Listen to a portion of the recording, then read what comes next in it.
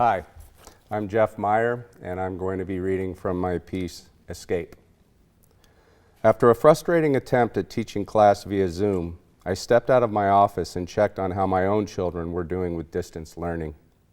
Jack, my 12-year-old, was in PE, trying to duplicate the ridiculous calisthenics on the screen to the rhythm of the accompanying music. Just like a normal school day, he had woken up, combed his hair, brushed his teeth, and put on his school clothes. As I witnessed him trying his best to follow the teacher's directions in all his youthful naivete, I wanted to lash out at our new normal, and I felt a sudden compulsion to get away. Not just out of the house. I had done that several times since the quarantine began, and that resulted in irritations and corresponding passive-aggressive gestures, like rolling my eyes at the guy at Vaughn's who clearly got well within 6 feet of me in the checkout line. I had heard platitudes like, "We're all in this together," but I wasn't feeling it or seeing it. I needed to get much further away than my local grocery. I suggested to Jack that we go hiking. Jeff, so you are a teacher and you have kids. That seems like a very complex and challenging way to get through the pandemic. Yeah, we're getting used to it. It is challenging to try to focus on my screen while my kids are glued to their screens. And my wife is a middle school administrator too, so there's a lot of monitoring going on. And in a normal school year, I don't have to deal with getting my kids lunch while I'm teaching and things like that.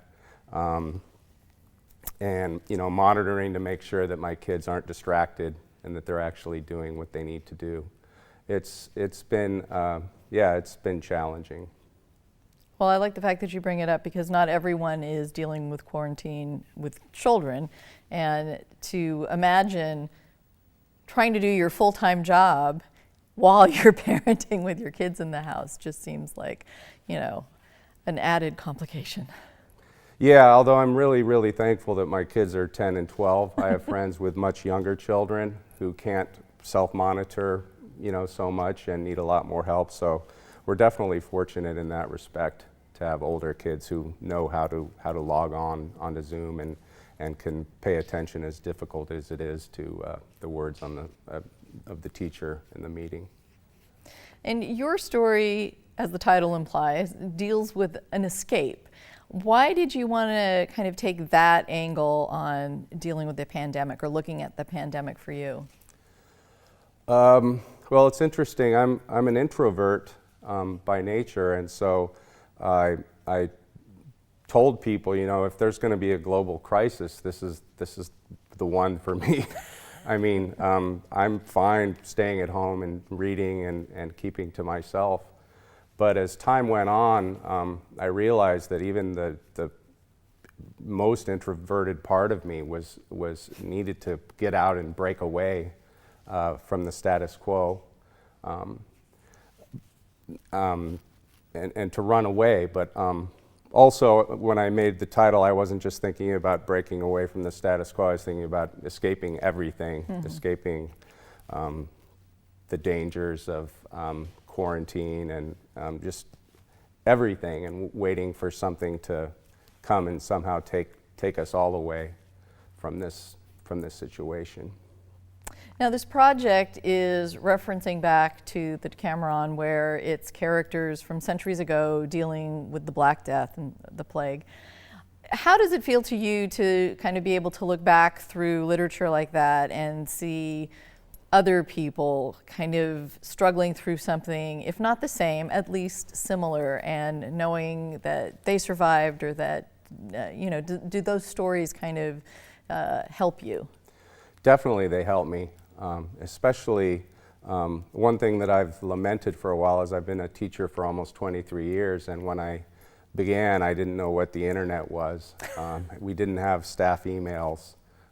If we wanted to show a movie in class, we had to go to the tech room and check out a TV. There were, I think, 3 on campus and such.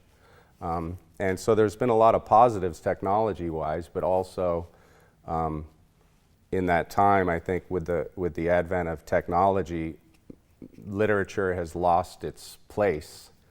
It's less important, and deep reading is not as common as it used to be. And I don't say that with any judgment, because I, as a reader, have a less of an attention span now than I once did. And so, yes, it's very important to kind of tap into that idea that of the power of literature, and how reading and writing, we could all kind of have this deeper connection that is more than just ephemeral, that reading could connect us and help us understand ourselves and understand other people.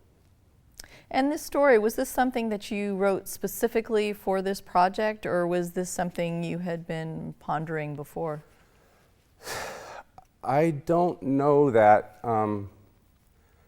I know with my ninth graders, I was going over personal narratives with them.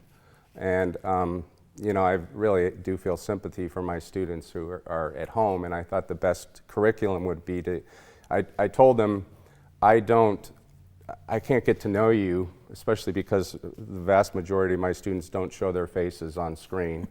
And so I said, the way to get to know you is, I want you to write a personal narrative.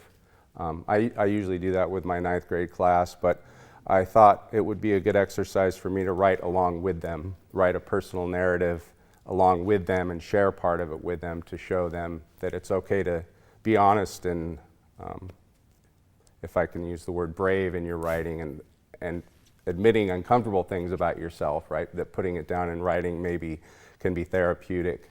And so I think that was the idea, was to do it along with my class as an exercise in personal narrative. Excuse me, but when I saw the advertisement in, I can't remember where I read about the Decameron project, I texted the women in my writing group, 3 other women that we had kind of stopped for a while because of the pandemic and couldn't meet in person anymore, and said, I really want to go for it. And so they were all into it, and they reconvened too. So that was part of it. It was an excuse to get the writing group back together. Did those 3 women also submit? Well, the one facilitator did not submit, but the 2 other women who were part of the group, they submitted and they were selected. So we had a nice text exchange last night.